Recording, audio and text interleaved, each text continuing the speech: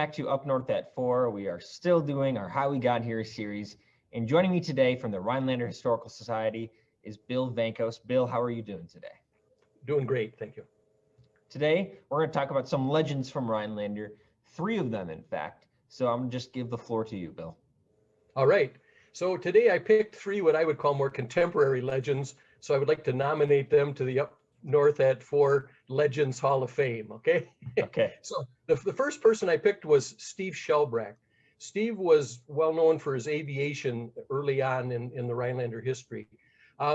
He started out 6th grade education. He was very mechanically inclined. He had a number of businesses, body shops and things like that, but he also had a love for aviation. So at age 23, he got his pilot's license and he started an aviation business. He would do sightseeing, he would do charters, he would do all kinds of things like that. In the late 40s, he actually started an air ambulance service, and which was first in the Northwoods. And we can relate today to the COVID-19 era. They had the polio era back then. And people, of course, tried to stay away from anybody that they thought had polio for fear of catching it. Well, Steve takes one of his planes, cuts a big hole in the side, puts a large door in it that could facilitate a bed going in it. And he was flying polio patients down to Milwaukee for treatment. So instead of avoiding them and running away from them, here he is enclosed in a plane flying them down there. So he became more and more interested in the aviation. It was the starting point of it. So it was hard to make a living off of it at that point. But he became the first airport manager. The first Rhinelander airport was located on the county fairgrounds, which is in the area, if you're familiar with it, a block off of Lincoln Street, where the city shops are, where the UPS is, where the armory is, that area. So that was the first airport. So he started being the airport manager in 1926, and he was the manager until 1959. It was a part-time job then. In early days, they didn't have daily flights. And I talked to his daughter, who said that early on he was getting paid something like $30 a month was his pay for it. So he had his other businesses that was obviously supporting the family. That's my first submission. My second one, with this time of year, we're talking about basketball tournaments and March Madness. So I would like to nominate the second person, Johnnie Kotz, who was a very gifted athlete, especially in basketball. Started out in in grade school.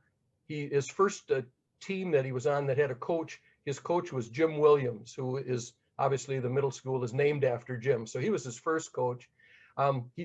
Johnny went to school in the central school, and there was a very gifted group of about 5 guys, Johnny being one of them, that just really were gifted athletes and did very well.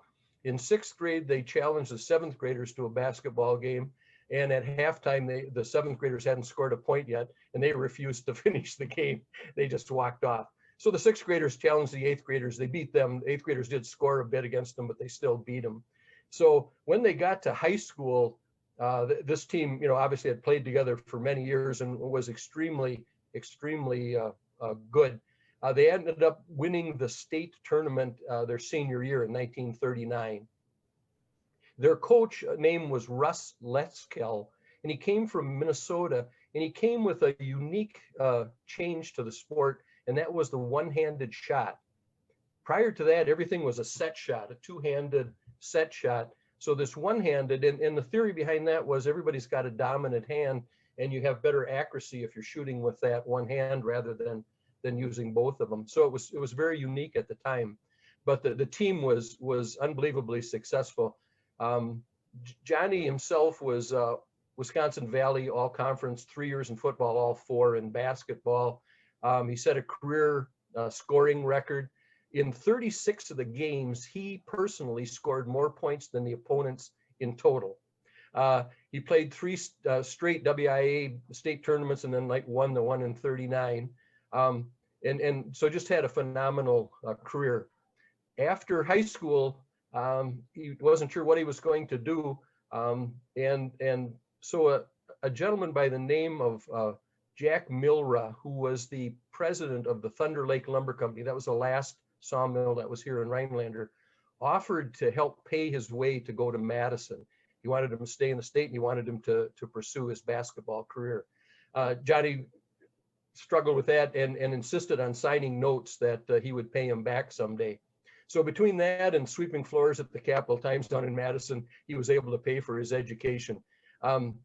Kept going there. Back in those days, the freshmen had one team, couldn't play on varsity, so they had a separate team, and then the upperclassmen were the varsity. So their freshman year, and at that point, Penny Drevis, who was one of the other five, and another gentleman went down to Madison with Johnny, and so the freshmen played the varsity and beat them. So it just continues with his success. So in the 1940-41 season, they won 15 straight games. Now he was on the varsity at that point. And they won the NCAA basketball championship. And Johnny was named the outstanding player of that game in the 41-42 season. He scored what at that time was his career scoring record for points. And again, that one-handed shot was still fairly unique even at the college level. So he was somewhat unique for that. So the other awards that he won the Big Ten award twice. He won All-American award his senior year, a Big Ten MVP his senior year, and he was the leading scorer in the Big Ten in that. So after his college years, unfortunately, World War II, we got pulled into that. So he served 4 years in the Pacific Theater there. When he came back, he tried his hand at professional and actually played for the Sheboygan Redskins for a couple of seasons. But he got married and was starting a family, and you just couldn't support it based on that. So he went back to Madison and got a job at the Badgers sporting goods store, started in shipping, went into sales, and when he retired, he was actually the president and major stockholder of it.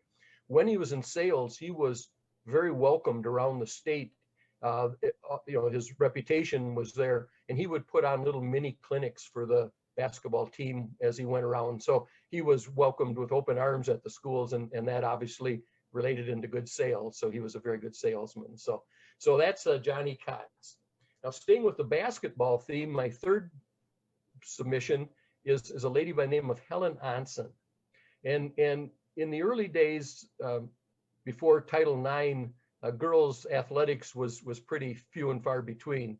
Really, the only official athletic program that a girl could be involved in was cheerleading. It seems so archaic, but that's what it was back then. So she did show at an early age of her skills. She started playing with the Southside kids, and then in the summer, the city had a Parks and Rec department, and they would put on events and sporting clinics and everything for the children. And so her first official coach was again Jim Williams, who we mentioned with Johnny, who was in the summer, his job was working for Parks and Rec. So he got her started. So there was a club sport for basketball for the girls, but they had little money, no busing, and nothing like that going on. So her real claim to fame starts after high school, and she's involved with the Parks and Rec as an adult, and when she's working.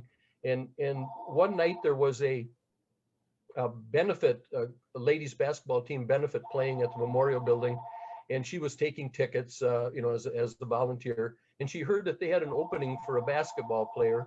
She thought, well, maybe this is a good thing to try. So she leaves for a few years, and she participates in three different teams that she moved around with.